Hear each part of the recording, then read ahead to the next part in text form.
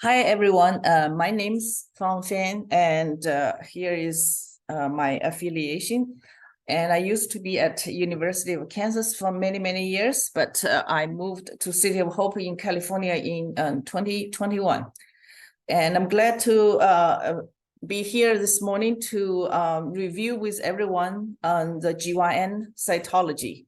So here's my lecture outline for this it's morning here, but it's for today. Part 1 will go over the squamous lesions. Part 2 will talk about glandular lesions, and then part 3 will touch sort of as a review, talk about hyperchromatic crowded groups, which often occur in the board exams and also in our daily practice. And ANOPAPS is using the Bethesda cervical cancer screening report system. So I will also briefly go over that, because that will definitely in your cytology fellowship, cytopathology board. And then we'll go over the most current updated cervical cancer screening guideline and management guideline. There are a lot of updates on those guidelines. And then the last part, we know that the CLEAR regulation initially started with cervical cancer screening, and still is highly regulated around that. So again, there are a lot of questions in your fellowship boards on the guidelines, on the management, and all that things. So we'll cover all of those topics for you today. So the first one, so this hour we'll talk about the squamous lesions. And the Bethesda reporting system for cervical cancer, the most recent one is still from the 2014 reporting system, and we don't see this system being changed or updated anytime soon, because it's been changed 3-4 times, and this one is really has hold the time challenge, and it's really doing well. So specimen adequacy definitely is still, they'll still ask you these questions about how many cells needed to call a cervical pap smear adequate. So a satisfactory squamous component must be present. And if it's a liquid-based, it's at least 5,000 squamous cells. Conventional, we need more, 8,000 to 12,000. And you note the presence or absence of endocervical or transformation zone component. And by that, we mean 10 or more endocervical or squamous metaplastic cells. And if there are obscuring elements, you need to mention that as well in your report. And there is a little modifier here in the 2014 Bethesda system compared to the previous one on the cellularity requirement. This one clearly states that women who has had chemo, radiation, postmenopausal, or may have samples with fewer than 5,000 cells and still be considered adequate at the discretion of the lab. So you may have, or you will be encountering such situations. For example, I work in a cancer center now. So most of my patient population have had chemo, radiation, so the cervix, and then postmenopausal, so it's atrophic to begin with. And it's very hard to get 5,000 cells. So in those scenarios, the 2014 Bethesda system said, it's at the lab's discretion, those may be considered adequate. However, samples with less than 2,000 cells should be considered unset in any circumstances. So 2,500 cells may be adequate in those scenarios. So again, watch for exam questions with this little caveat. And also, this is a practical situation. If you use 5,000 in these populations, you'll have a very high onset rate, and your gyn-onc clinician will not be happy with you. So you use your discretion. And if you say this PAP is unset, you have to tell them why. And either because, lack of patient identification, or the slide was broken, or you have insufficient squamous component, and definitely less than 2,000 cells, or you have obscuring elements cover more than 75% of your cells that you can't see the cells well at all. But as with all cytology, not just PAP, any specimen with abnormal cells is by definition satisfactory for evaluation. In thyroid, if you don't have 6 groups of 10 cells each, however, you do have cells that look abnormal, atypical, you cannot call that NSAID. You need to say that you have atypical cells, but you make a note saying, because of the low cellularity, a more severe lesion cannot be excluded. So again, remember this caveat, and anytime you see an NSAID, atypical cells, even though it's a low cellularity, don't call it NSAID, call it atypical. And in the Bethesda system, there are 3 categories: a negative, then epithelial abnormality, and other. Under negative, you have organisms. So those are the favorite exam questions, right? They like to show organisms. And those are also the easy questions to gain points once you be familiar with your organisms. And other non-neoplastic findings, such as reactive changes, glandular cells status post-hysterectomy, or atrophy. So you can mention those. We'll talk about it throughout this lecture on these categories. So these are your common negative for intraepithelial lesion or malignancy, your common organism scenario.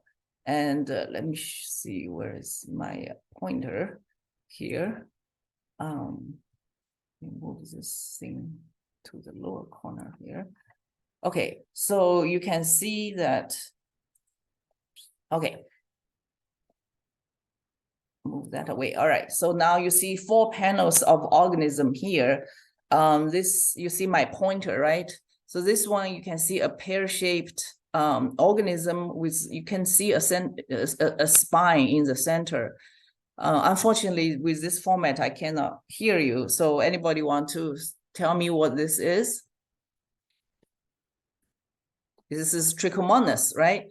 And then on this one, and again, in your board exam, you look everywhere, and make sure sometimes they put the important cell or clue in the corner, like this picture. So this is the corner, and you see these multinucleated giant cells, and the nuclei are cleared out, and there's molding.